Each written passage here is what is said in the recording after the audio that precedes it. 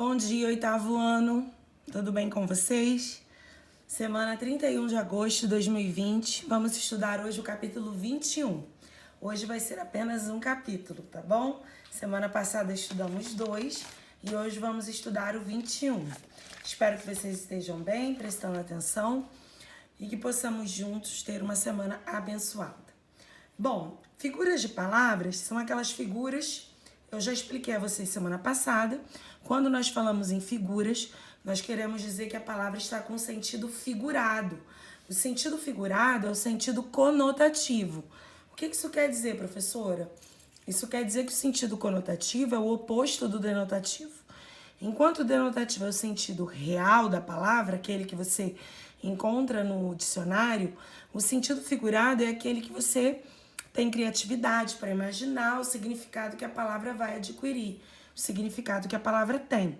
Então, figuras de palavras são aquelas palavras que possuem um significado qual você deve interpretar, qual é o significado que ela quer dizer, tá? Então, nós vamos estudar hoje 5 tipos de figuras de palavras.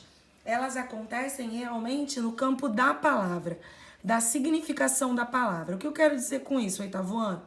Aquela palavra foi escolhida para ser usada no sentido figurado, não foi por qualquer motivo. Ela foi escolhida porque ela tem a ver com a ideia, com o sentido que você deseja passar. Então, semana passada nós estudamos figuras de pensamento, eufemismo, antítese, ironia, porque elas acontecem primeiro na nossa mente. Então a gente pensa, vou ser irônico, vou usar ideias contrárias. Então elas acontecem na nossa ideia, na construção da nossa mente. Já as figuras de palavras, elas acontecem no campo da semântica, da significação da própria palavra. Tudo bem? Então a gente vai estudar agora, né, a primeira que é, só um momento, essa daqui a gente viu, que é a catacrese, ok?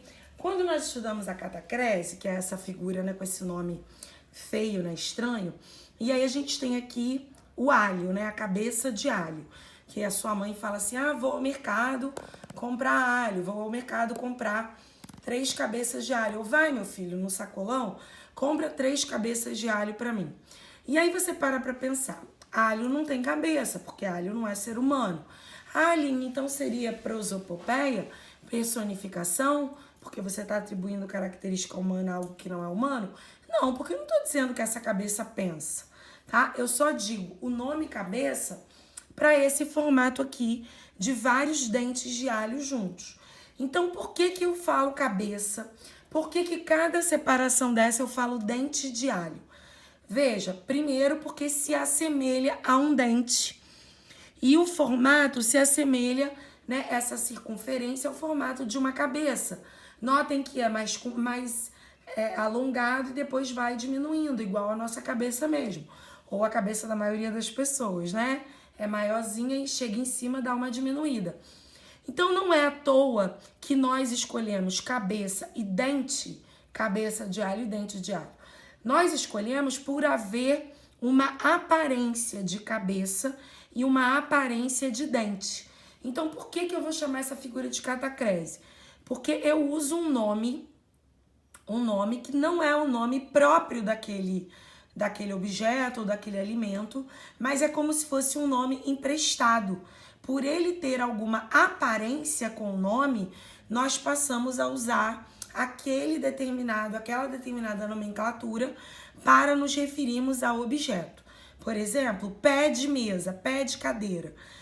Vocês sabem que pé é o que ser humano tem, não é? Porque até animal a gente não fala pé, a gente fala pata, não é? Então, pé é o que nós humanos temos. E aí a gente fala pé de cadeira ou pé de mesa, por que nós usamos esse nome, pé de cadeira, pé de mesa? Porque não tem outro nome. Eu poderia dizer suporte de tampa de mesa, suporte de assento de cadeira. Então, na verdade, os pés, assim como os nossos pés, nos sustentam, não é? Sustentam todo o nosso peso do nosso corpo. Por isso que muitas vezes o nosso pé dói quando a gente caminha o dia inteiro, quando a gente usa um sapato que o maltrata, enfim, porque ele suporta o peso do nosso corpo, ok? Então, o pé da cadeira e o pé da mesa, idem. suportam o peso daquele objeto. Por isso o nome pé de mesa, pé de cadeira. Entenderam? Então a catacrese é essa figura de palavra e ela quer dizer o que, Aline? Ela quer dizer que você escolhe uma palavra para nomear algo. É uma palavra que nomeia outro elemento. Por exemplo, pé nomeia, né, o nosso sustento, aquilo que sustenta todo o nosso corpo, do ser humano. Então, por haver semelhança de função com o pé da mesa e o pé da cadeira, você atribui o mesmo nome. Pé de mesa, pé de cadeira. Então, a catacrese é esse nome que você usa fora do lugar dele próprio, para o qual ele foi criado, e você utiliza ele fora, né? Utiliza o fora do lugar próprio dele, por haver semelhança no sentido daquela palavra. Por exemplo, um exemplo bem legal de catacrese é a palavra embarcar, né? A palavra embarcar, ela foi criada para entrar dentro de um barco. É aquela pessoa que entra em um barco. Por isso que é embarcar, embarco, em um barco, entenderam? E aí nós usamos embarcar para avião, por exemplo. E deveria ser o quê? Em voar, né? Em voar. Como não existe uma outra palavra para o ato de você entrar em uma aeronave, a palavra embarcar, que quer dizer que é você entrar em uma embarcação, ela teve o seu espectro, né? O seu sentido ampliado. E agora, embarcar, você pode dizer que embarcou em um ônibus, embarcou em um trem, embarcou no metrô, embarcou no avião, ok? Você pode usar embarcar para qualquer meio de transporte. Então, qual é o nome dessa figura quando eu utilizo embarcar fora do barco? Quando eu falo embarcar em um barco, não é catacrese.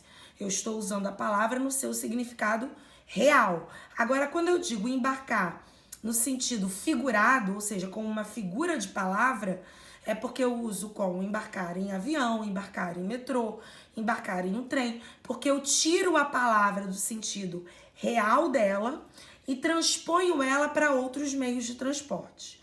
Então, catacrese é essa figura de palavras. Quando eu uso uma palavra fora do sentido real para nomear outra palavra, outro item, por eu não ter um outro nome adequado. Então, eu uso dente de alho, cabeça de alho, pé de cadeira, embarcar em um avião, ok? Como um empréstimo. Então, o nome é catacrese.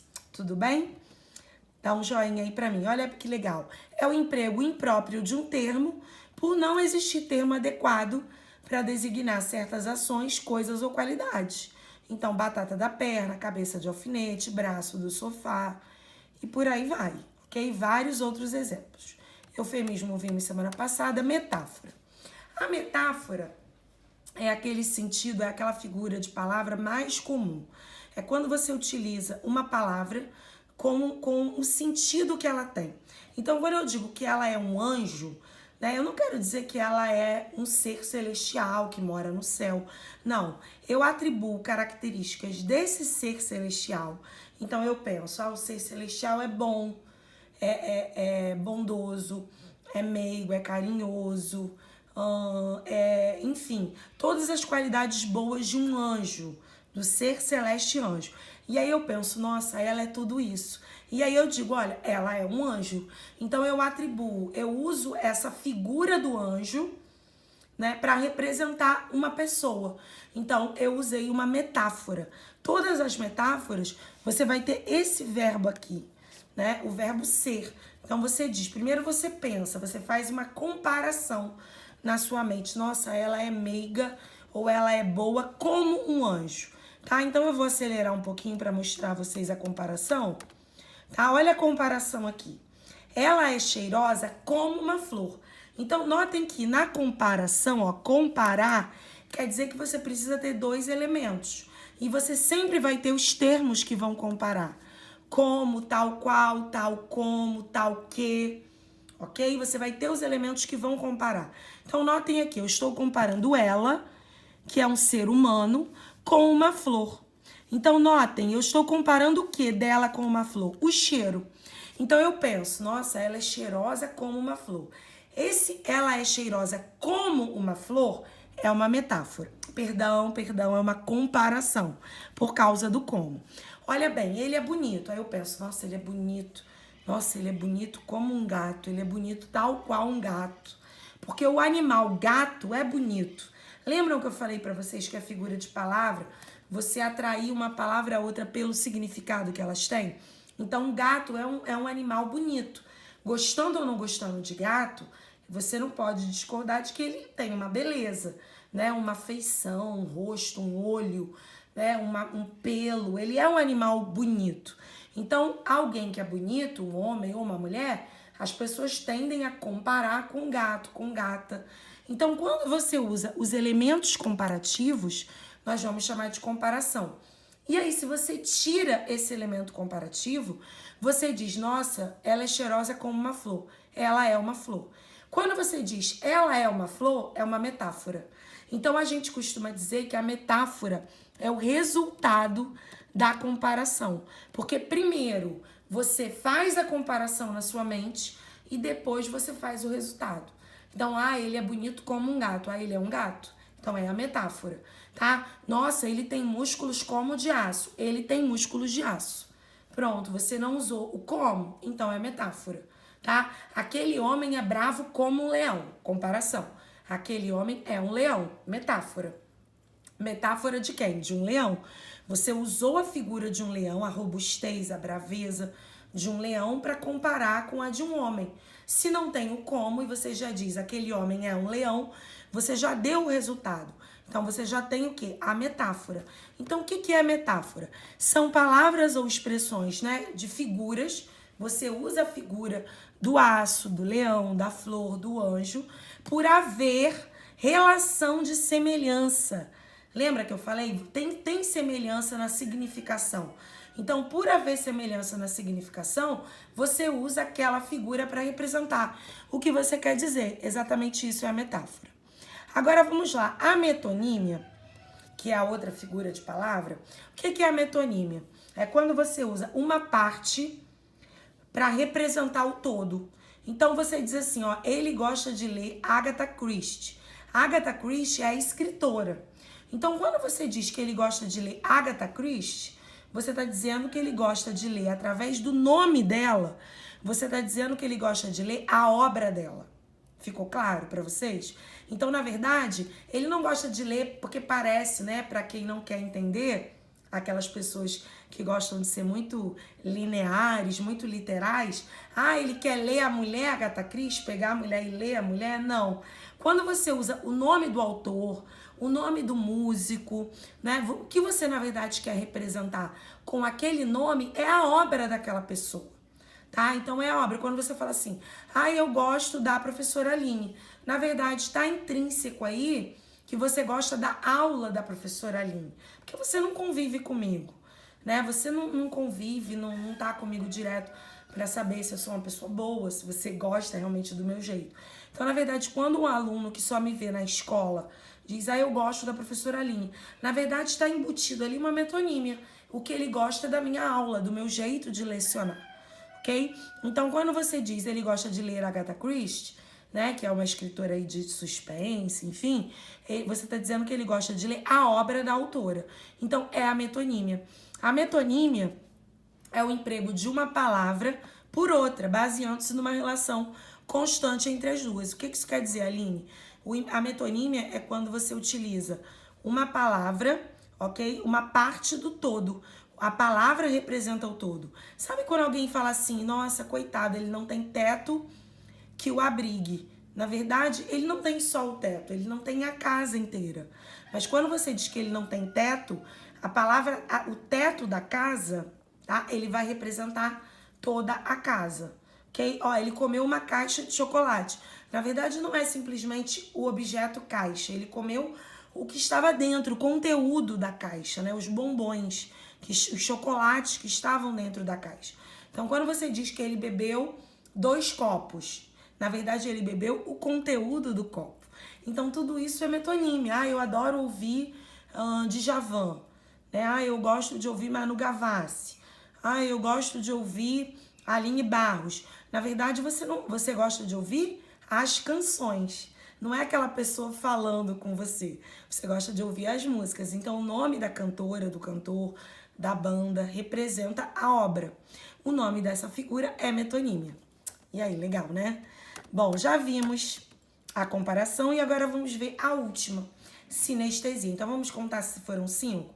A gente viu a primeira, catacrese, vimos metáfora, vimos comparação, vimos metonímia e agora sinestesia. Bom, quando a gente fala em sinestesia, sinestésico e todas essas, né, esses derivados da palavra sinestesia, sinestésico vem da palavra sentido, tá? A palavra sinestesia, ela quer dizer sentido. Então, sinestesia é a mistura de sentidos. Nós, seres humanos, né, até os animais, a gente tem 5 sentidos, né? Os 5 órgãos do sentido que a gente estuda lá em ciências, desde o ensino fundamental, o nível 1, né? A parte 1 do fundamental, lá no primeiro ano, segundo ano, a gente já aprende. Que são paladar, olfato, tato, visão e audição. São os 5 órgãos do sentido. Quando você, em um texto, mistura, por exemplo, o olfato com o paladar, a visão com a audição, você mistura sentidos, tá? Os órgãos do sentido, e não precisa necessariamente você misturar usando palavra, paladar. Não, você usa palavras que vão remeter ao órgão do sentido, paladar, olfato, audição, visão, tato. Então, todas as vezes que você escreve algo, né, uma poesia muito comum, a sinestesia em músicas, poesias. Lembra que eu falei com vocês que essas figuras, né, de linguagem, de palavras e de construção, que é da próxima aula, são muito comuns em textos literários, certo? A palavra literatura, ela quer dizer a arte da palavra. Literatura é a arte da palavra. Então, em literatura, poesia, música, contos, crônicas, nós podemos usar e abusar dessas figuras de palavras, de linguagem, de construção. E a sinestesia é uma figura de palavra, ok? Porque você mistura esses significados que as palavras têm a partir dos órgãos do sentido.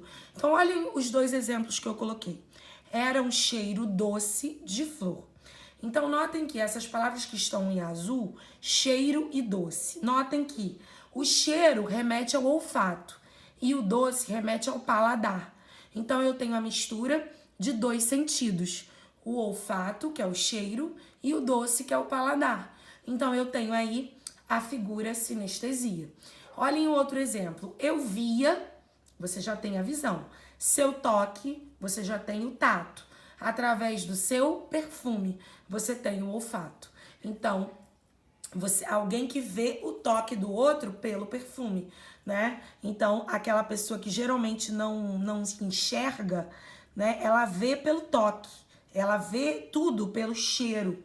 Porque quando você não tem um órgão do sentido, as pessoas dizem que outros órgãos são mais aguçados, como acontece com os animais, tá? Muitos animais têm a visão muito fraca à noite, mas em compensação o olfato é fortíssimo. Ele consegue detectar um cheiro, enfim, a longas distâncias, tá? Nós, seres humanos, temos todos os sentidos muito parecidos, quando não temos nenhum problema de nascença, ok? Agora, quando alguém nasce já, não ficou por causa de uma doença, mas alguém já nasce com algum órgão do sentido defeituoso ou sem a sua atuação, ele tende, por necessidade, a desenvolver o outro. Então, então essa pessoa que vê com toque, provavelmente, e através do cheiro, né, é uma pessoa que não tem a visão, tá? Então, aqui você tem a mistura da visão, do tato e do olfato, ok? Então, essa mistura dos sentidos, dos órgãos dos sentidos, a gente vai chamar de sinestesia. Bom, são esses 5 que o capítulo 21 trouxe pra gente. E hoje, como é um capítulo apenas, vocês vão fazer o estudo do texto. Eu coloquei até em letras grandes, tá? Porque dessa semana tem o estudo do texto, que é do 1 ao 7. Está na página 357. E as atividades do 8 ao 11, 362. E atividades finais do 12 ao 21, 362 e 363. Tudo bem? Semana passada, na videoconferência, a gente não conseguiu fazer o relembrando do 18, no 19 nem do 20, porque, enfim, a aula foi mais longa, porque eram 2 capítulos. Mas amanhã não, amanhã é do ensino médio, desculpa, daqui a pouco, 9h30, estarei com vocês, a gente vai fazer esses 3 relembrando, tá bom? Então já assiste a minha videoconferência aí com a apostila, tudo bem? Aproveita para anotar alguma dúvida caso você tenha ficado depois de assistir a videoaula. Um grande beijo para vocês, até daqui a pouco. Beijo!